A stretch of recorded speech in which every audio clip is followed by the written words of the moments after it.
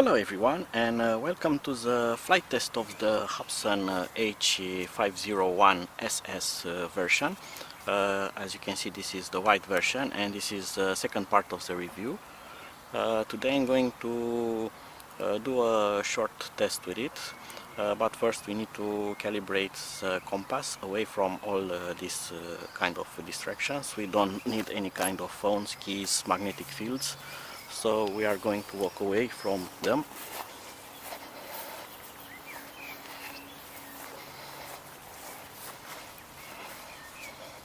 That should do it. Now I'm going to connect the battery, but first I'm going to power on the transmitter. Transmitter is on. Now I'm going to connect the battery and quickly put the quad kind of level so it calibrates the gyro. You can see, check gyro sensor, don't move the aircraft. The gyro was initiated. Now I need to calibrate the compass, but first I'm going to close the battery door. As you can see, we now need to rotate the quadcopter this way until on the screen I get compass 2, which means that compass 1 is calibrated. Okay, so I got compass 2, and now I get to face it downward and again rotate it until compass 2 disappears from the screen.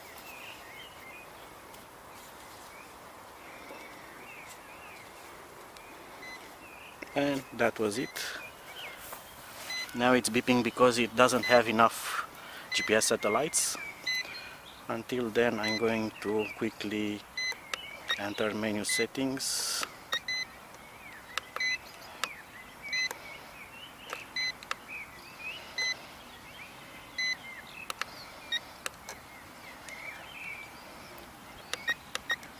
And I'm going to set manual mode on, manual mode off. Okay, fly when no GPS, it's no.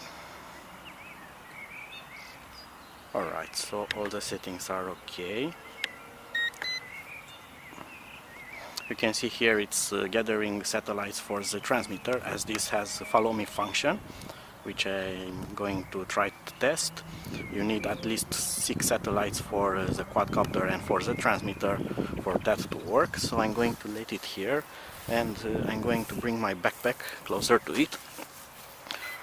So I'm going to use it as a launch pad from the grass. I don't have anything magnetic inside to interfere with it. The propellers are free from any kind of tangle. I should have bring at least a cardboard to use it as a launch pad, but we have to use what we have now. And we have 6 satellites for the transmitter, 8 satellites for the quadcopter. I'd say that it's now safe to fly. I'm going to turn on video recording by pressing enter, and you can see here the counter has started. That means that the camera is now recording, and I'm going to arm the motors. Motors are armed, and let's take it a bit up. That should be enough.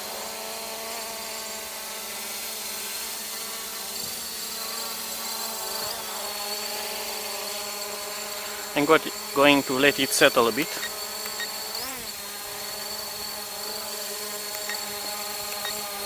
I'm going to trim it a bit, as this quadcopter has manual trimming of the yaw, and now the yaw is stable. As you can see, the quad itself is very stable.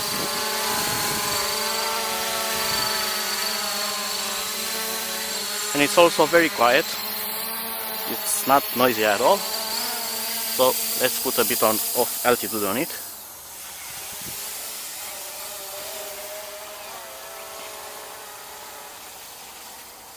A bit more.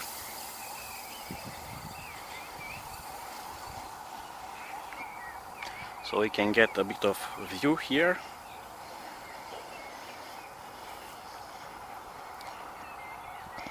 Very nice.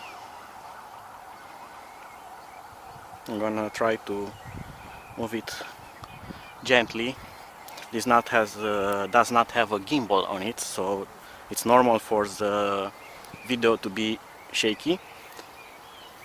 But if you pilot it gently, you are able to get some nice footage. You can also edit it in video software and remove the shake further.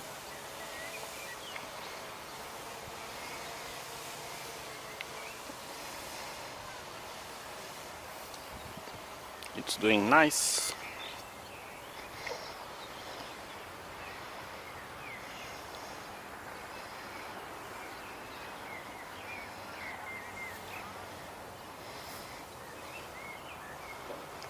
I'm now going to bring it lower.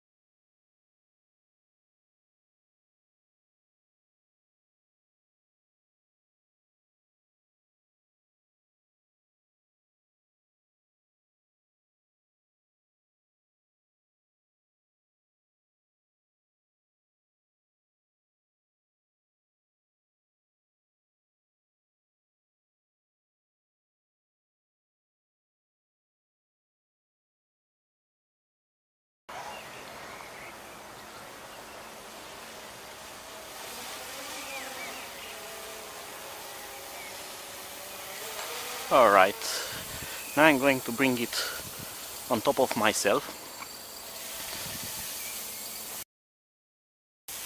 and even more downward. Alright, I'm going to let it be oriented at me. And now I'm going to engage the follow me function. I got follow mode here, and I'm going to walk away from it. And we can still use the yaw to orient it at yourself. And as you can see, it's keeping me in its sight.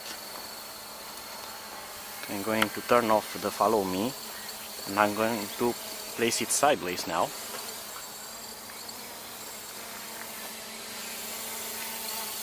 Just like that. I'm gonna put it even more closer to the ground. I'm going to activate follow me again. And now I'm going to walk like this and see what it does.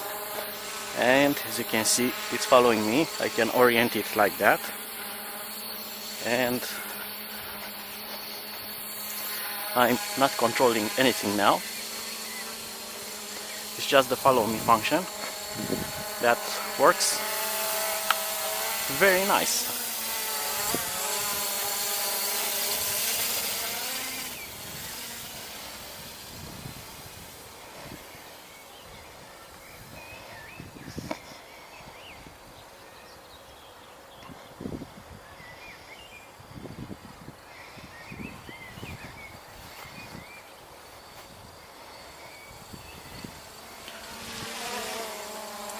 Let's try the speed now. So I'm going to give it most forward speed in GPS mode, and that's full speed ahead. Not very fast, but that's normal when it's locked in GPS. And now I'm going to turn it towards me.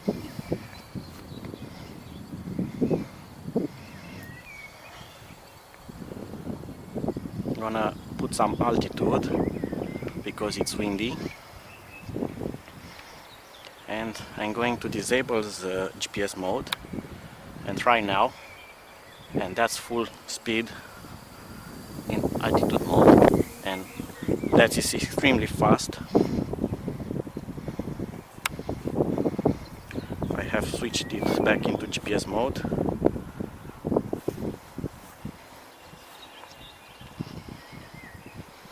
I'm gonna try that once again. So now GPS mode off, full speed. As you can see, it really puts some tilt. It almost gets downward. I think that if you insist a lot, you can even flip it. So I'm going to stop that for now because it's too windy. Let's try now to bring it home. So I'm going to enable return to home mode.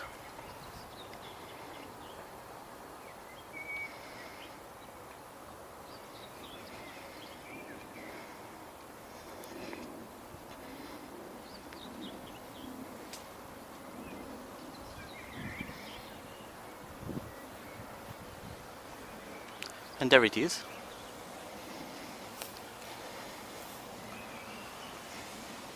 I still can use the yaw when it's returning home, which is nice. And let's see, now when it starts to descend, you cannot yaw anymore, but that's fine. And it's slowly descending, so I'm going to turn off return to home, and yes, it has cancelled that mode. I'm now in control. I wonder if return to home can be disabled when it's not close to me, when it's not descending. That was a problem on a previous model, so let's test that feature, if it works or not. So I'm going to take it a bit away from me again. That should do it. And now I'm going to flip return to home. It's automatically yawing towards me. It's starting to return. I can still control the yaw, and if I cancel the return to home, yes, it will go back to GPS stabilized mode and it will cancel the return to home, which is very nice. On the Hubsan H501SS, on some firmware versions, when you have triggered return to home, you will not be able to cancel it until it starts to descend, which can be sometimes annoying because maybe you can get control of the drone back and you want to send it in another direction or bring it in manually. You cannot cancel it. So this one will cancel, which is a big plus. So that works perfectly.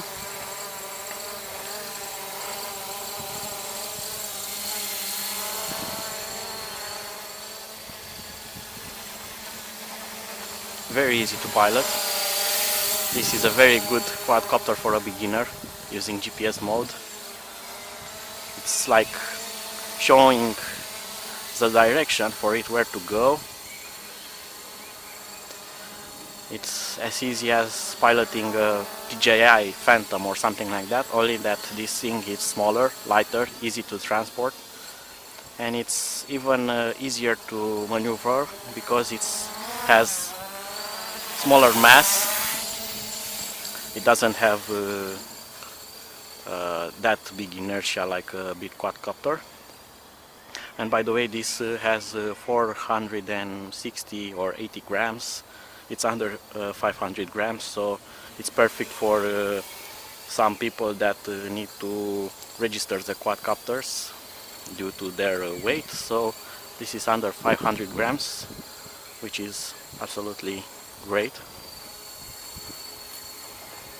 So now I'm just going to have some more fun with it, and then I will also obtain the battery life. It's already have been 10 minutes since I'm flying it. That is from the video recording since I have started it. So just doing fine. Battery is at 7.2 volts.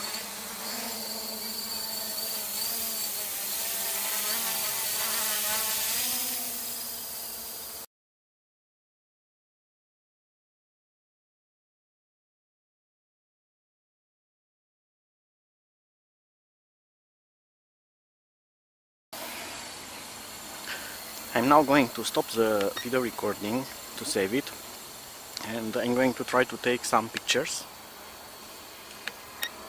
To take a picture you need to quickly press exit, half a second. It's going to display a small photo here. So let's take some pictures from the air.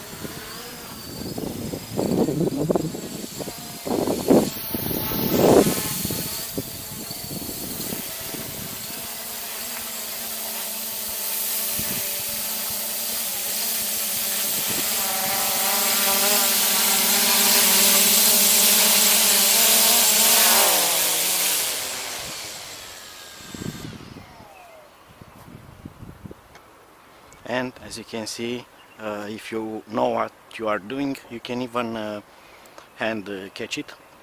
What's nice about this model is that the motors will disarm if you keep the throttle down when it's descending and descending. If it feels that it will not descend anymore, it will stop the motors. On the H501, it will not do that thing. It will keep idling the motors. So when you are hand catching it, you need a neck strap for the transmitter, because you will need the transmitter to sit on something and then use two fingers to do the combination stick command to turn off the motors. On this one you don't need a neck strap, it's just fine to do that and it will stop. So now it's very important, always if you have used the camera and recorded, always stop the recording first, because otherwise you will break the video file, and that would make it unusable.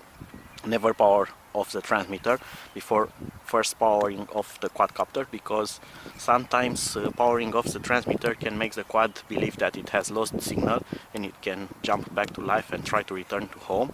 So you don't want to do that, especially when it's your fingers that you are talking about. So always disconnect the aircraft battery first, and now I can safely turn off the transmitter and end this flight. So I hope that you have enjoyed this presentation of the H501SS. SS version is an updated version of the S version.